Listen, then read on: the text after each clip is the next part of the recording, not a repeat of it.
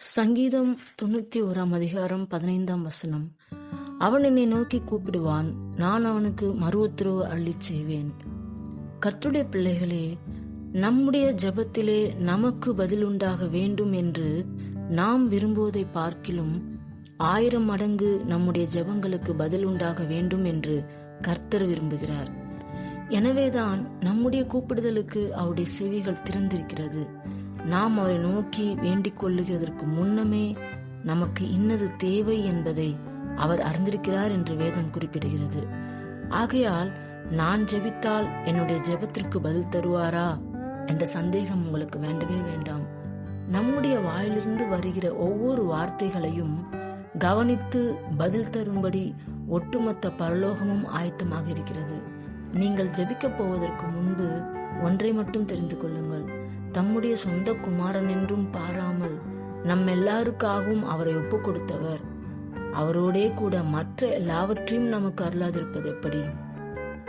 ஜெபம் என்பது தேவனுக்கு ஏறெடுக்கப்படும் அனைத்து விதமான துதி, நன்றி, வேண்டுதல்கள் போன்றவற்றை விவரிக்க பயன்படுத்தும் ஒரு விசேஷமான வார்த்தை. இந்த ஜெபம் நமக்கு ஆறுதலையும் வழிகாட்டுதலையும் நம்பிக்கையையும் தருகிறது.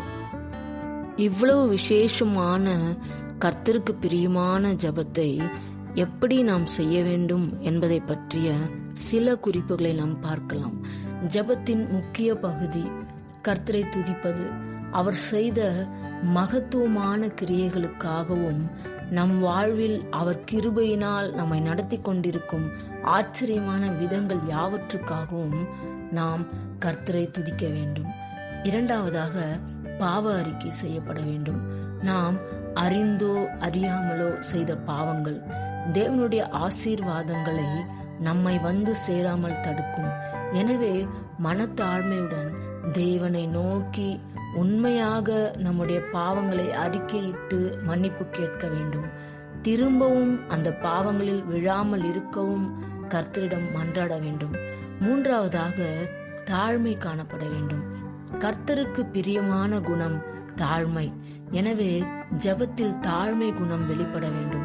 கர்த்தரின் கிருபையால் நாம் நிறையப்பட தாழ்மையால் நிறைந்து ஜெபிக்க வேண்டும்.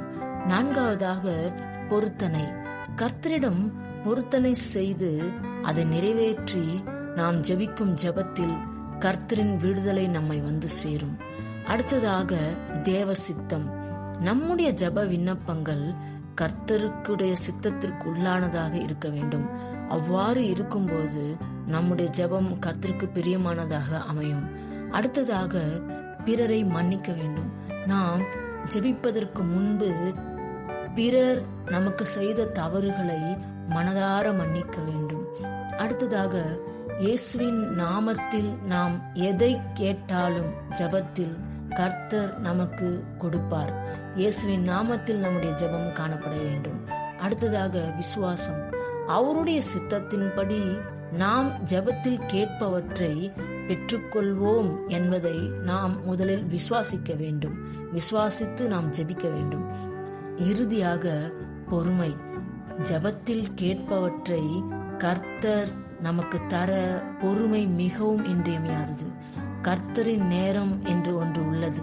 அந்த நேரத்தில் நம்முடைய தேவை நிச்சயம் பரிபூர்ணமாக சந்திக்கப்படும். எனவே ஜெபித்து பொறுமையோடு நாம் காத்திருக்க வேண்டும். இயேசுவை நோக்கி ஜெபிப்போம். ஏற்ற நேரத்தில் அவரிடம் இருந்து ஆறுதல் பெறுவோம். உண்மையாய் தம்மை நோக்கி கூப்பிடுகிற யாவருக்கும் இயேசு சமீபமாயிருந்து உதவி செய்கிற தேவனாயிருக்கிறார். அவரால் செய்யக்கூடாத அதிசயம் ஒன்றும் இல்லை. ஆமென்.